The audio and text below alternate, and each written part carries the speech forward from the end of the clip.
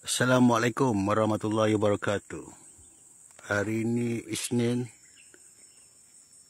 2 Jun pukul 4.10 petang. Hari ini saya macam biasalah pergi kebun kejap, cuti-cuti ni.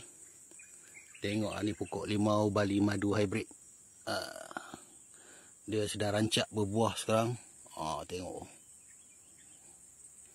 Ala-ala bola tenis tu. Ni lagi besar ni, lebih kurang para haji boleh ambil. Ni pun sedang berbunga. Buah yang tak ada musim sentiasa berbunga dan berbuah. Dia dah start ni. Antara pokok yang terawal saya tanam di kebun ni, sejak saya buka tu,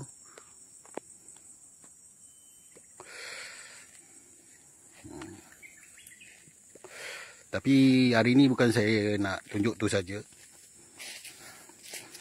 Hari ni saya pun banyak buat kerja mesin rumput sebab minggu depan ada saya punya sifu matua nak datang. Buatlah apa yang patut.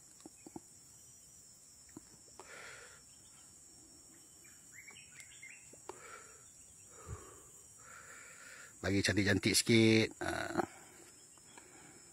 Masih bila dia nak datang tu, kita nak bersama-sama untuk buat kaedah tut.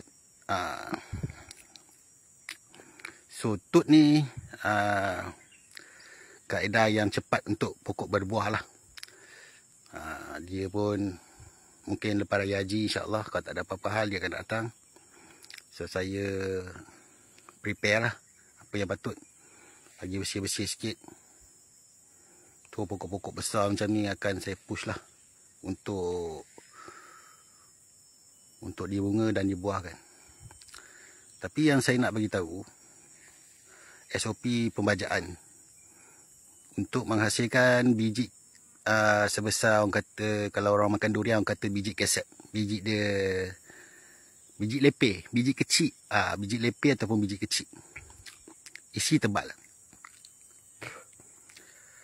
So SOP saya buat macam ni. Saya racun dulu segala rumput rumpai semua, bagi kering di keliling kanepi. Kemudian saya pruning pokok ni, bagi dia stres. Dan kemudian saya letak baja bunga supaya merangsang pokok ni untuk berbunga. Kemudian bila dia dah berbunga, saya kena banyak siraman air. So pollination pun berlaku. Tak kisahlah melalui serangga ke, semut ke, kelulut ke. Selepas berputiknya buah, kita akan letak baja permulaannya adalah baja kuning baja buah kuning. Kemudian lepas tu dia dah sebesar bola pingpong, baru kita letak baja buah. So hasil daripada 3 step tu menghasilkan biji keset yang kecil dan isi yang tebal, kenyal. So alhamdulillah dia jadi.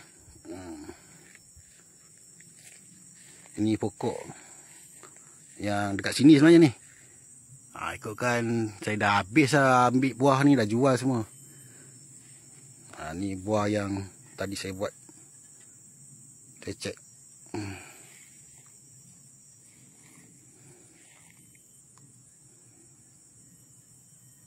Ni biji keset. Ni orang panggil biji keset. Biji yang kecil. Biji yang kecil, isi yang kenyal. Ni saya tak boleh makan, ada jatuh tadi. Tapi biji dia tu, nampak. Selalu biji dia besar kan. Buah matua biji besar kan. Ni saya punya SOP. Alhamdulillah sukses. Berjaya menghasilkan biji yang kecil. So pokok ni berusia 2 tahun setengah. Selepas usia 4 tahun ke atas, jika ada rezeki dia berbuah lebat dengan kaedah SOP yang saya gunakan ni, insyaAllah dia akan menghasilkan biji keset. Boleh dikatakan keseluruhan pokok ni, jika ia menghasilkan buah.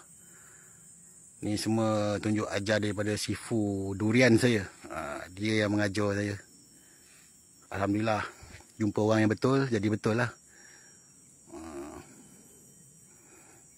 Tengok.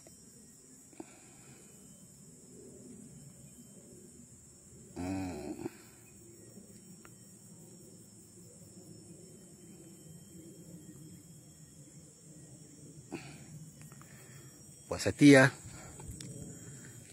Terima kasih ya kepada saudara Abang Faiz. Kalau dia menonton video saya ni, terima kasih bos. So tak ada apa lagi, saya rasa semua dah settle. Daripada pukul 7.30 saya start mesin meracun. Saya baru habis hampir dekat pukul 4 lebih, kat pukul 5. Inilah kerja saya selama 4 tahun saya buat. Kena konsisten setiap weekend saya akan datang turun. Kalau kita konsisten, inilah hasil dia.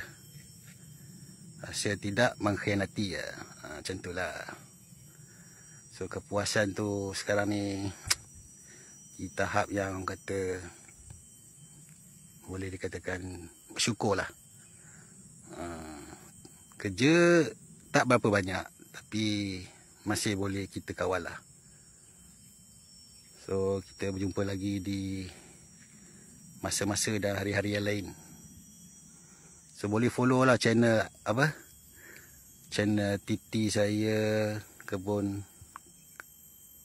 kristal Matua. Channel YouTube saya pun ada, kebun kristal Matua. Boleh tengok video tu kat situ. Nanti saya naikkan kat sana. So berjumpa lagi insya-Allah. Selamat berkebun. Assalamualaikum warahmatullahi taala wabarakatuh. Biji keset.